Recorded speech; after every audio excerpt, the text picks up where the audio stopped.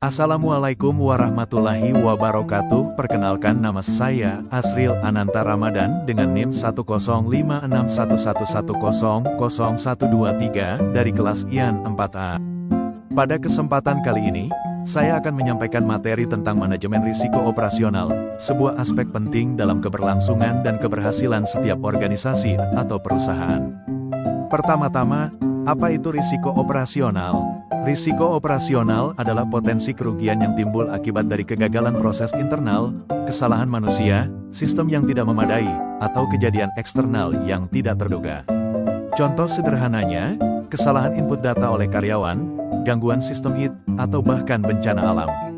Risiko ini mungkin tidak terlihat secara langsung, tapi dampaknya bisa sangat signifikan, bisa berupa kerugian finansial, kerusakan reputasi, hingga gangguan total pada operasi bisnis.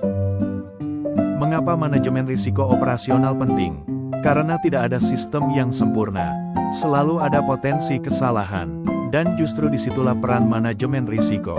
Untuk mengidentifikasi, mengevaluasi, memitigasi, dan memantau risiko-risiko tersebut, agar kerugian bisa dicegah atau diminimalkan. Adapun langkah-langkah dalam manajemen risiko operasional biasanya mencakup, yang pertama yaitu identifikasi risiko. Di tahap ini, organisasi perlu mengenali berbagai sumber risiko operasional. Misalnya, apakah ada proses kerja yang terlalu bergantung pada satu orang? Apakah sistem IT kita rawan terkena serangan siber? Kedua, penilaian risiko.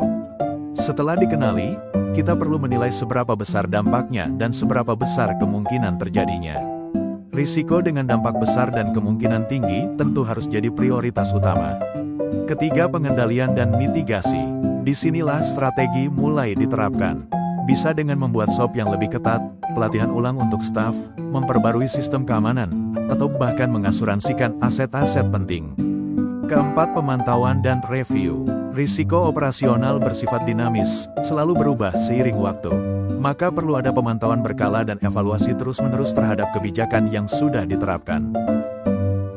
Contoh nyata dari risiko operasional. Di sektor perbankan, kesalahan dalam memasukkan data transaksi bisa menyebabkan kerugian miliaran rupiah. Dalam industri manufaktur, mesin yang rusak dan tidak segera diperbaiki bisa menghambat seluruh jalur produksi. Di sektor pelayanan publik, kurangnya pelatihan staf bisa menyebabkan pelayanan yang buruk dan merusak kepercayaan masyarakat. Kemudian, apa manfaat dari manajemen risiko operasional yang baik? Pertama, tentu saja, mencegah kerugian, baik secara finansial maupun non-finansial. Kedua, meningkatkan efisiensi operasional karena proses-proses internal menjadi lebih terkontrol. Ketiga, menjaga reputasi organisasi, karena krisis yang dihindari jauh lebih baik daripada krisis yang harus dijelaskan.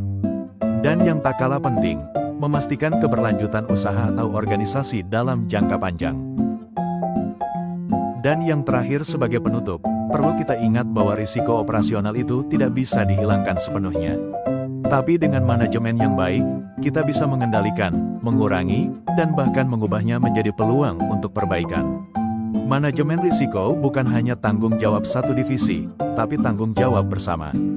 Karena setiap bagian dari organisasi memiliki peran dalam menciptakan sistem kerja yang lebih aman, efisien, dan berkelanjutan. Terima kasih atas perhatiannya Ibu dan teman-teman sekalian. Wassalamualaikum warahmatullahi wabarakatuh.